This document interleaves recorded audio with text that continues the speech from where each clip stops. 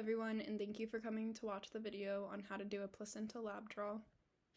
First, I gathered all the necessary supplies and prepared a clean workspace. As you can see, there's an absorbent pad on the surface, and I laid out the specimen bag, labels, tubes, and collection materials. On the next slide, I'll show you a list of the materials, which is also located in the bottom drawer of our placenta lab cart if you ever need to reference it. I start by opening the sterile field and placing it on the left side of the chuck pad and only using half so that I have more room on my surface. And then I drop all the sterile collection items onto the sterile field. As I'm doing that, I'm just going to give a couple quick tips that I like to utilize. You want to make sure you're grabbing the placenta as quickly as possible once it's come out and is ready to do so. After 30 minutes, most of the blood will have spilled out if it's not clamped properly or will become clotted. And then you also want to make sure to ask the providers what labs they would like to get off the placenta so you know which tubes to grab in the beginning.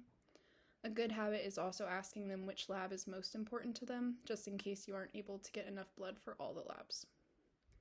In this video, we're getting a culture, protocol, CBC, and genetics lab. Because there's a culture involved, collection needs to be sterile.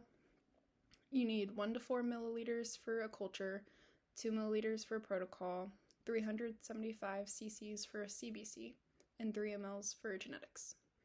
For this, we'll need at least 7 milliliters, but preferably we'll get more just in case. So next, I'm going to remove the placenta from the container, and you want to make sure you do this gently, because depending on the delivery, the placenta can sometimes fall apart.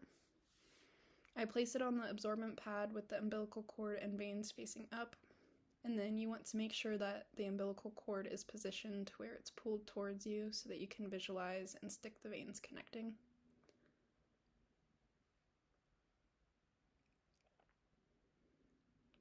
I'm then going to change my gloves, and we're going to show you an up-close clip of the culture bottle.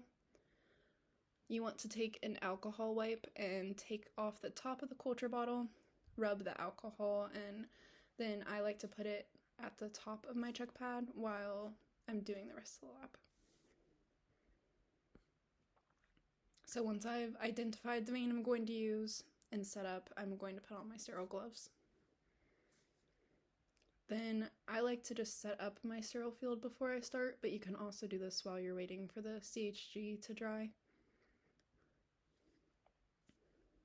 Once I attach the needle to the syringe, I get my gauze and my CHG stick. I'm going to first go in with the gauze, making sure I don't touch my gloves to the placenta, and I'm just going to blot the excess blood and membrane from the area that I'm planning on sticking with. And then you go in with the CHG stick in the spot that you just cleaned, and you wait for it to dry for 60 seconds. This is also the time that you can attach your butterfly needle to the syringe. So your first choice vein to stick is the umbilical vein, and if that's not good, your second choice would be a surface vein. So while remaining sterile, I'm going to take the butterfly needle and insert it into my chosen vein. You can pull back on the syringe and it should start filling up by itself. Sometimes you may need to help pull it back if it's not coming out steadily. Once you've gotten the amount you need, you can retract your needle and detach your needle from the syringe. I like to get all the air bubbles out of the syringe so I know the exact amount of blood I have. And then you can put the syringe on top of the transfer device.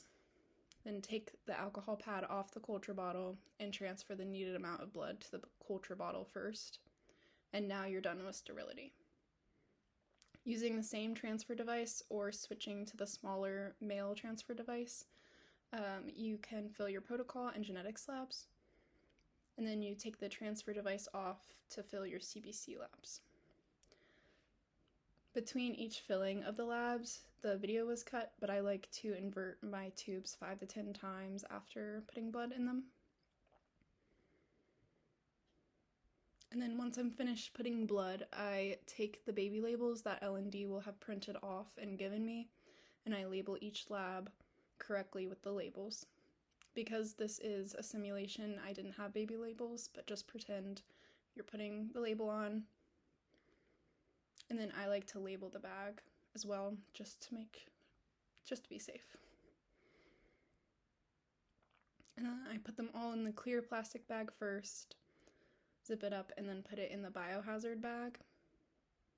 And I also label the biohazard bag. And once you've done that, you're done with the lab. You want to make sure you place the placenta back to L&D, but do not put it back on the sterile field. Then throw away your materials, sharps in the sharps container, and everything else in the red bin. Thank you for watching.